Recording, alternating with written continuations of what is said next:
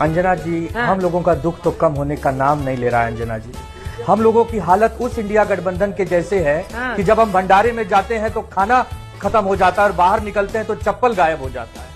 बताइए, नाच हम पा नहीं रहे हैं और हम कह रहे हैं कि आंगन भी टेढ़ा है, छत भी टेढ़ी है, हम ही सीधे हैं। अरे ऐसा कैसा गठबंधन है हम लोगों का? भारतीय जनता पार्टी को हराना है तो भारतीय जनता पार्टी जैसा बनना पड़ेगा।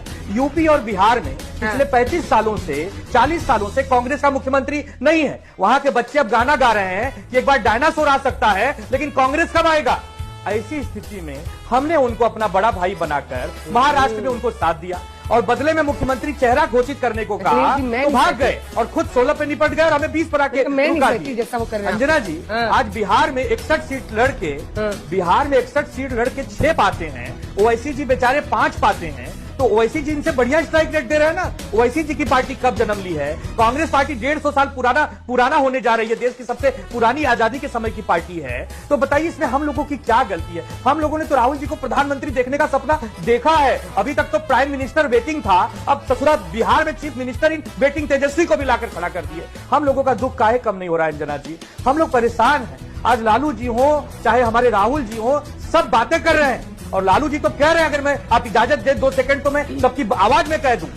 लालू जी कह रहे हैं, अरे हे तेजस्वी यादव, अरे दुश्मनी हमसे थी, अरे हे नीतीश बाबू, तेजस्वी को तो एक बार सीएम बनने का मौका दो भाई।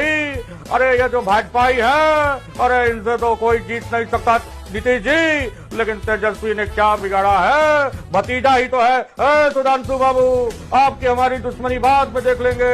अरे बच्चा है जी, एक बार चीफ मिनिस्टर बना देते।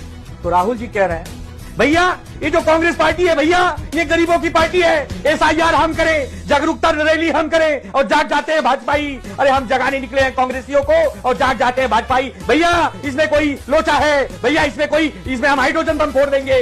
तो ये तो हम लोगों की हालत है।